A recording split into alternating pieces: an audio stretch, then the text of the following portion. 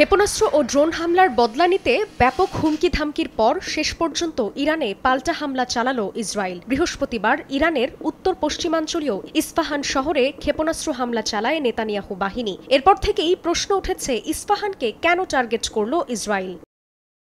ইরানের কোন লক্ষ্যবস্তুতে আক্রমণ করতে পারে নেতানিয়াহু বাহিনী, এমন প্রশ্ন চর্চায় ছিল গেল কয়েকদিন ধরেই। আন্তর্জাতিক গণমাধ্যমে উঠে আসে আকাশপথে পরমাণু স্থাপনা, পারমাণবিক গবেষণা কেন্দ্র, বিপ্লবী গার্ড বাহিনীর ঘাঁটি সহ অবকাঠামো ও অবস্থানগুলো সম্ভাব্য ইসরায়েলি বিমান হামলার লক্ষ্য হতে পারে। এসব আশঙ্কা সত্যি করে এমন স্থানে তেল আবিব হামলা চালিয়েছে যেখানে সত্যিই পরমাণু স্থাপনা রয়েছে। ইস্পাহান শহরটি ইরানের ঠিক কেন্দ্রে অবস্থিত। এটিকে কৌশলগতভাবে গুরুত্বপূর্ণ শহর হিসেবে বিবেচনা করা হয়। রাজধানী তেহরানের দক্ষিণে প্রায় ৩৫০ কিলোমিটার দূরে অবস্থিত ইস্পাহান শহরটি পারমাণবিক স্থাপনা এবং সামরিক বিমান ঘাঁটির আবাসস্থল। সামরিক ঘাঁটি সহ বেশ কয়েকটি গুরুত্বপূর্ণ অবকাঠামো রয়েছে।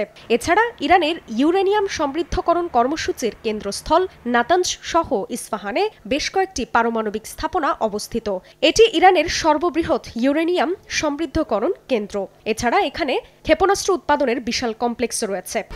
1, 2, 3 ঢাকায় জমি জিতে নিন 100% ক্যাশব্যাক সহ 20 কোটি টাকার পুরস্কার।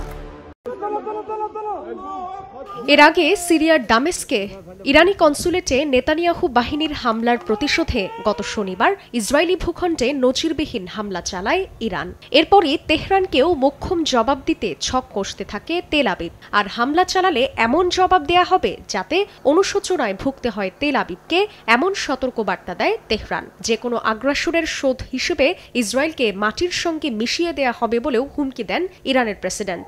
এমনকি বলেন, ইরানের সক্ষমতার পুরোটা দেখালে বিশ্ব মানচিত্র থেকে উধাও হয়ে যাবে ইসরায়েল নামক ভূখণ্ডটি। তাই বাড়াবাড়ি না করতে দেয়া হয় একের পর এক হুঁশিয়ারি। তেহরানের হুমকির পর ইসরায়েলের মিত্র সহ পশ্চিমারাও ইরানে হামলা চালাতে নিষেধ করে।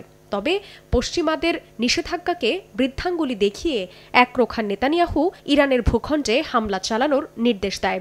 বিশ্লেষকরা বলছেন, দুপক্ষের পাল্টাপাল্টি এমন কর্মকাণ্ডে কেবলই ঘোলাটে হচ্ছে পরিস্থিতি। এতে চলমান পরিস্থিতিতে তেল আবিব তেহরান যুদ্ধ বেঁধে যায় কিনা তাই এখন শঙ্কার বিষয়। জান্নাতুল সাদিয়া, সময় সংবাদ।